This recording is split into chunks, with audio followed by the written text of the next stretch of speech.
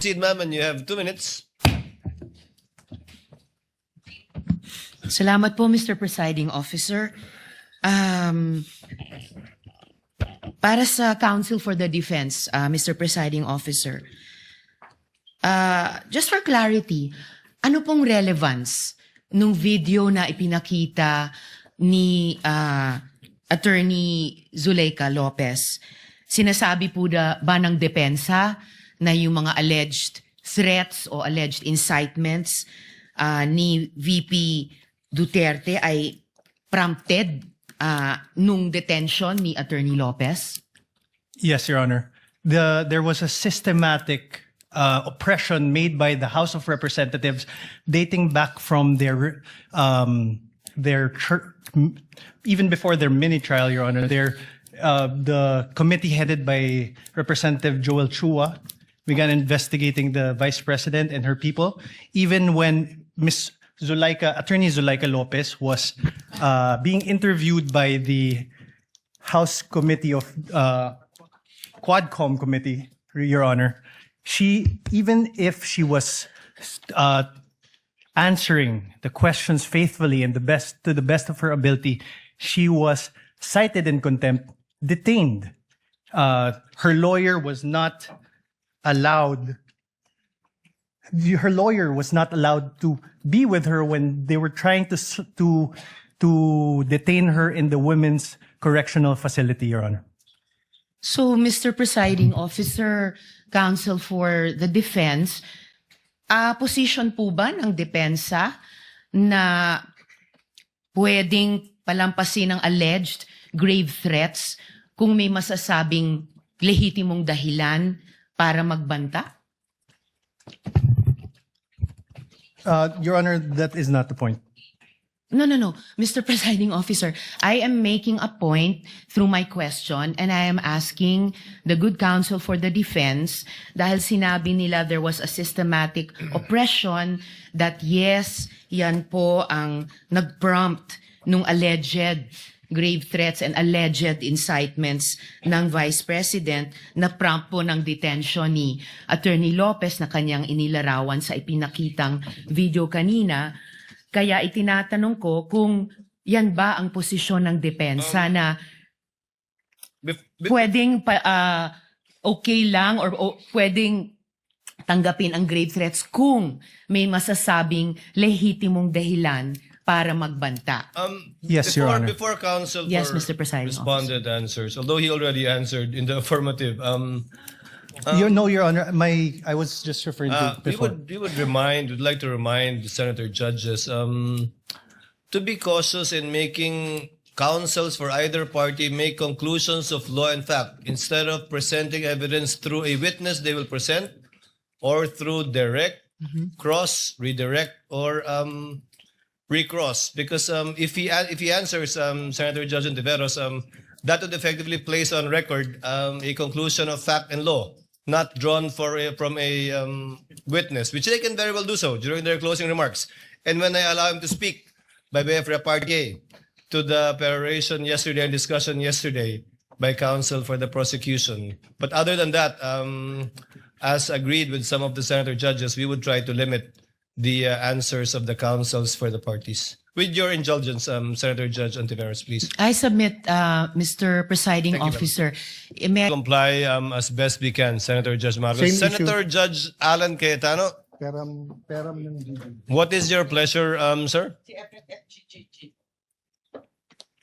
Mr. President and Mr. Presiding Officer, before I ask to be allowed to ask a question, can I just follow up yung kay Senator Marcos, including the ruling yesterday? Just in the interest of all senator judges being able to follow closely, especially kami sa first row kasi medyo nagkaka-stiff neck na kami. Mahirap tignan yung TV, so baka dun sa Maglalagay harap. na po kami ng TV Yes. sa harap ng And lamesa I ng don't know, counsel for parties. I think all of us own a iPad or a tablet. I don't know what the solution is, but if the secretariat or the clerk of court, the office of the clerk of court can work with our staff, just to give you an example for today, no? If you look at the impeachment complaint on page 19, for example, it says that the affidavit we're looking for kanina, footnote number 72, is this one. In the impeachment complaint, no? It's found on Annex G. Okay. So this is Annex G. If you look at Annex G, it is a certification, not an affidavit. Okay. So where do you find the affidavit mentioned in the impeachment complaint? You actually find it in volume 14, Annex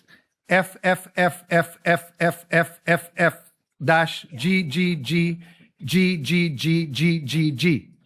So before I can even That's not say dash, that, that's FFFFFFF to GGGGGG. yes. So even before we finish saying that, Your Honor, Mr. Presiding Judge, medyo mahirap. To further complicate, the annexes when delivered to us was labeled annexes. And then when it was pre-marked, iba na yung marking. That is correct. Okay. So to clarify, I'm not asking both the prosecution and defense to give us any documents in advance that will prejudice their presentation or the rebuttal.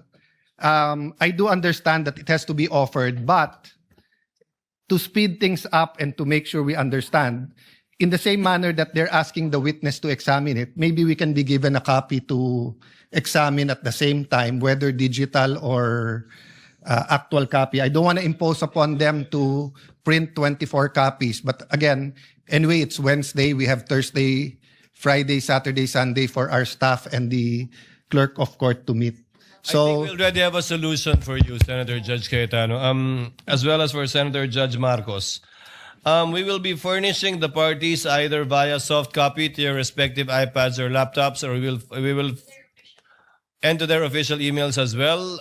Kayo na po mag-print ng hard copy ng list of evidences as marked, as pre-marked by the prosecution na ipe-present for Article 4. And we will do this by article. However, insofar as I said, the documents presented by the counsel for respondent, these have not yet been pre-marked. But I don't think there's anything wrong with asking for a copy from the counsel for on respondent that point, for our guidance, whether or not the same will be offered without prejudice to respond to On counsel that for point- respondent, deciding on whether or not they will offer it at the appropriate time. on that point, Mr. Presiding Officer, even if it's pre-marked, if it will prejudice their presentation, I don't mind it be given in real time.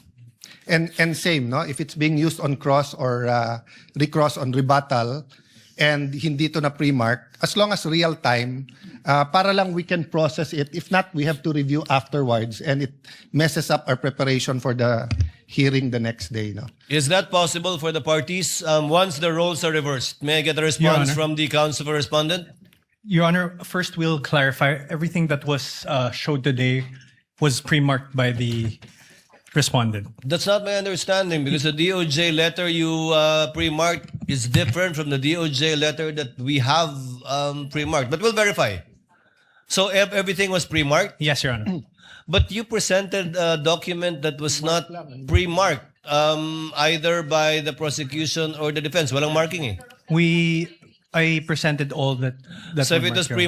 pre-marked, it's our lookout. Then then there's no problem furnishing the senator judges with a copy of the same. We have no problem with that, Your Honor. Senator Judge Alan Cayetano's concern has no basis if it was all pre-marked. Apparently, it was our oversight. Yes.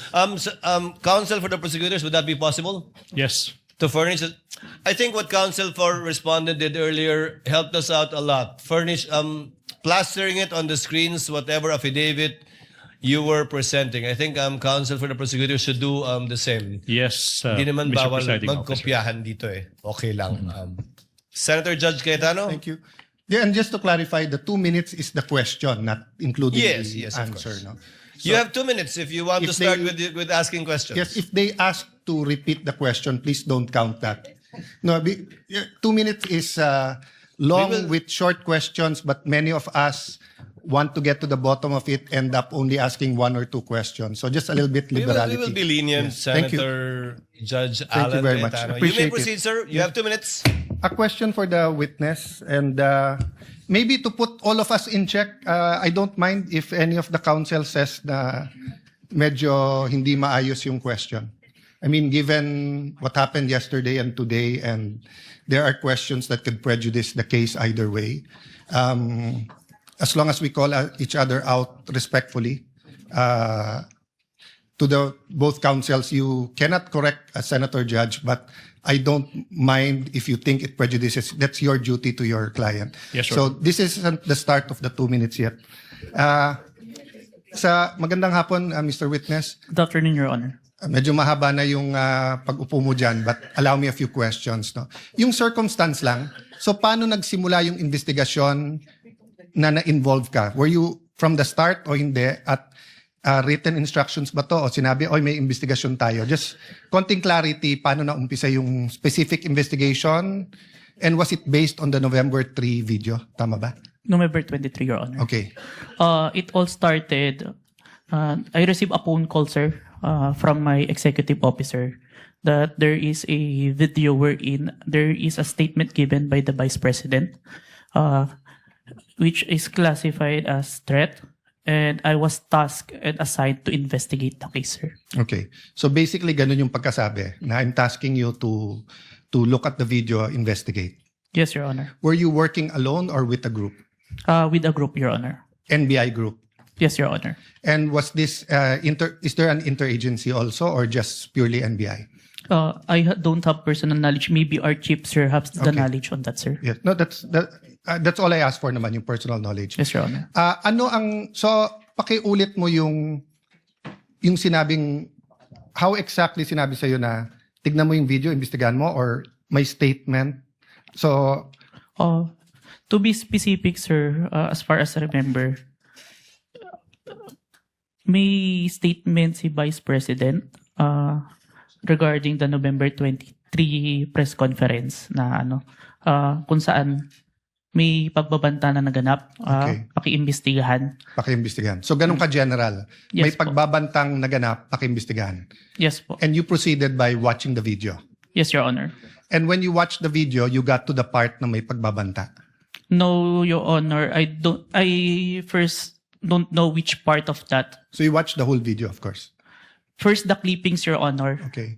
Then, I look for the whole video, Your Honor. Then you watched the whole video. Yes, Your Honor. And thank you for your honesty. So, after the clipping, tapos the whole video, what did you do next? You reported or you made your recommendations? I don't understand the process lang kasi. Upon identifying the whole video, I informed my executive officer that I identified the video, Your Honor. And then yung sinabi mo yesterday, then you started looking for patterns. That's why you looked at yung dating mga video ni Vice President. Yes, Your Honor. So you started investigating the threat against the President, the First Lady, and the former Speaker of the House. Yes, Your Honor. Did you investigate the threat against the Vice President? We tried, Your Honor. How did you try? It is included in our letter to the Vice President, Your Honor. That's why we were inviting her to proceed to our office to investigate the threats to her life, Your Honor.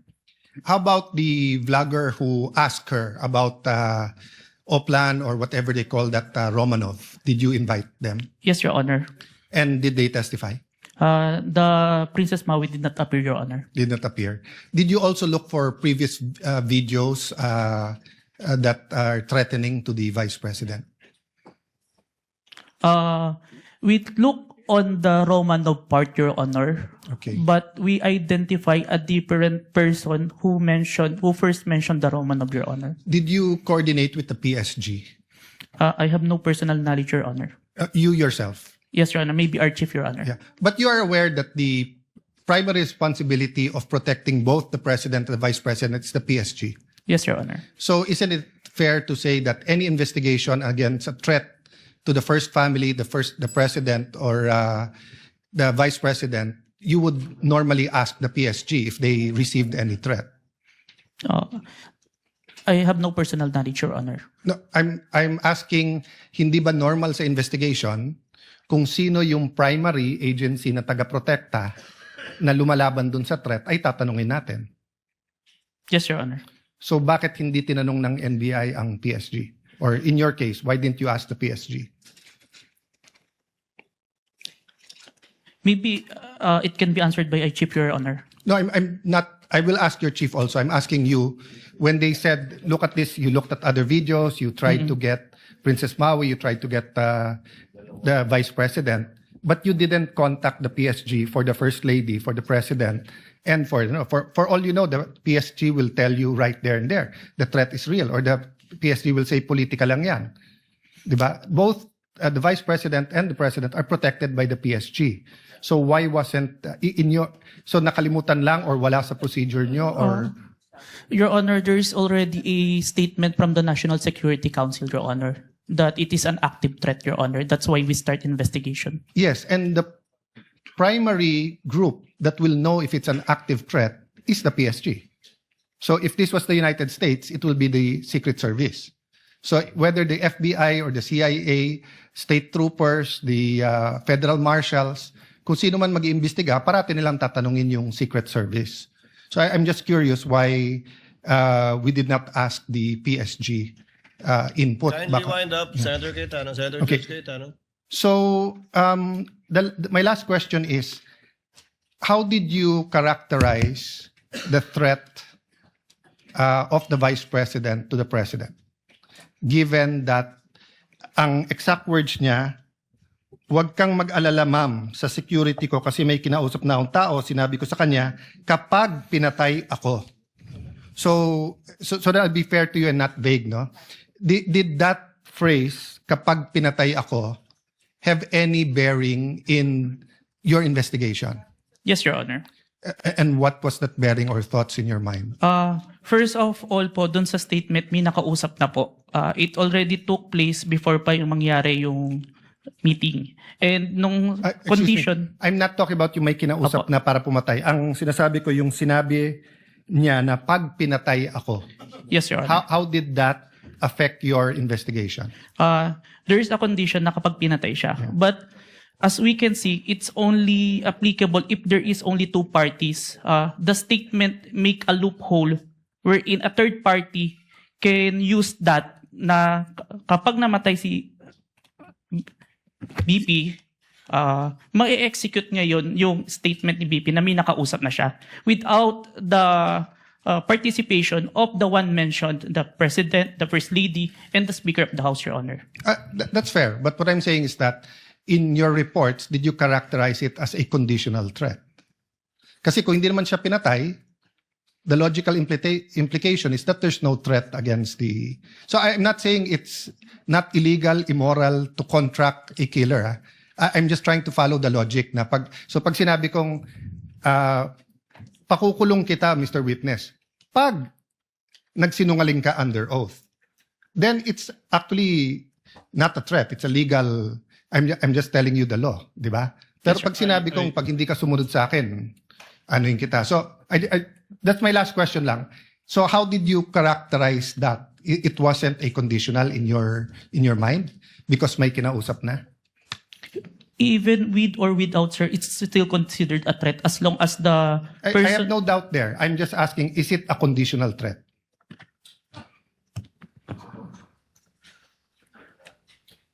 Based on our affidavit, sir, I believe it's conditional, which...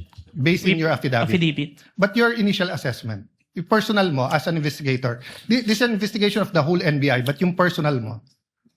The threat is absolute, sir. Okay. Thank you, Mr. President. Thank you. Thank you, Senator Judge Cayetano. Yeah. We now proceed. Senator Judge Padilla is recognized. Maraming salamat po. Thereafter, Senator Judge Zubiri. Maraming salamat Senator Judge po. Padilla, you have 2 minutes. Opo. Nais ko lamang po magtanong sa ating saksi. Ginoong saksi, kanina po kasi habang nagkakaroon ng pagdinig, ako po'y laging iistorbo dahil tuwing may itatanong, mag-u-object, medyo magulo po eh. Pwede po bang sagutin po ninyo ako dahil Noong pong February 5, ang sabi po dito ay insufficient po yung na